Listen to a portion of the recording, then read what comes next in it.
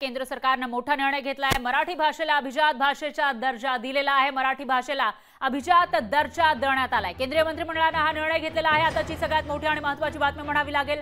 मराठी भाषेला अभिजात भाषेचा दर्जा द्या अशी मागणी मागील बऱ्याच वर्षांपासून केली जात होती आणि आता केंद्र सरकारने तो निर्णय घेतल्याची माहिती समोर येते। मराठी भाषेला अभिजात भाषेचा दर्जा देण्यात आलाय। मराठी भाषेला अभिजात दर्जा देण्यात आला आहे तर केंद्रीय मंत्रिमंडळाने हा निर्णय घेतल्याची माहिती समोर येते। शिवसेना युबीटीचे सुभाष देसाई हे आपल्या सोबत जोडले गेले आहेत, त्यांची प्रतिक्रिया आपण घेऊयात। सुभाष देसाई सर, केंद्र सरकारने एक मोठा गिफ्ट दिला आहे असं म्हणावं लागेल। आता विधानसभेच्या आधी मराठी भाषेला अभिजात दर्जा दिलाय, तुमची काय प्रतिक्रिया? मराठी भाषेला अखेर अभिजात भाषेचा दर्जा मिळाला ही खरोखर समाधानाची आणि आनंदाची गोष्ट आहे। इतका उशीर लागला, इतका संघर्ष करावा लागला, इतका पाठपुरावा करावा लागला। मराठी माणसाला सहजपणानं मागून काहीच मिळत नाही, त्याला खूप वाट बघावी लागते, संघर्ष करावा लागतो। त्याचं हे एक मूर्तिमंत उदाहरण आहे।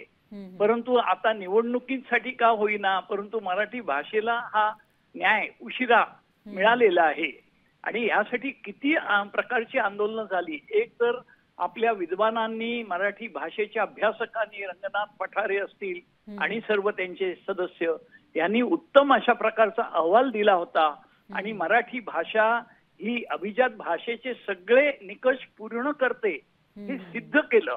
2500 वर्षांहूनही अधिक जुनी ही भाषा आहे हे सप्रमाण दाखवून दिलं। तो अहवाल सादर झाला, साहित्य अकादमीने तो अहवाल स्वीकारला आणि केंद्राला शिफारस केली की इतर 6 भाषांना जसं मराठी भाषेचा अभिजात भाषेचा दर्जा देशातल्या इतर 6 भाषांना दिलाय, मराठी भाषा त्या सगळ्या निकषांवर उतरते अशा प्रकारचा अहवाल साहित्य अकादमीने केंद्र सरकारला दिलेला असूनही काही धूप घातण्यात आला नव्हता आणि किती पाठपुरावा झाला। म्हणजे मी तर अनेक वेळा दिल्लीत जाऊन निर्णय मंत्र्यांना भेटून विनंती केली। अगदी त्यावेळेचे गृहमंत्र्यांनी एक काही शिल्लक किंवा रखडलेल्या प्रश्नांचा आढावा घेणारी बैठक घेतली होती। गृहमंत्री अमित शाह त्यांनाही सांगितलं की हे आमचं रखडलेलं काम मोठं आहे, हे करा, हा महाराष्ट्राच्या अस्मितेचा प्रश्न आहे, करतो करतो म्हणाले, परंतु काही कोणी लक्ष दिलं नव्हतं।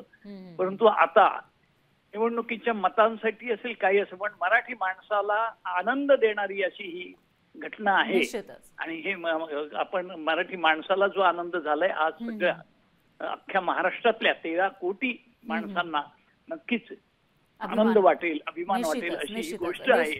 अर्थात त्याला ही साठी आम्हाला इतका दीर्घकाळ संघर्ष करावा लागला, दीर्घकाळ वाट बघावी लागली।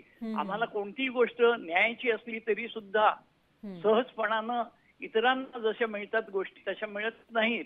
हे महाराष्ट्राचं काय दुर्दैव मानायचं आहे, परंतु आज मी सगळ्या मराठी माणसांच्या आनंदामध्ये सहभागी आहे। निश्चितच तुमचा मुद्दा लक्षात आला आहे देसाईजी, धन्यवाद तुम्ही दिलेल्या या प्रतिक्रियेसाठी। लोकशाही मराठी ऐका, पहा, जागरूक रहा।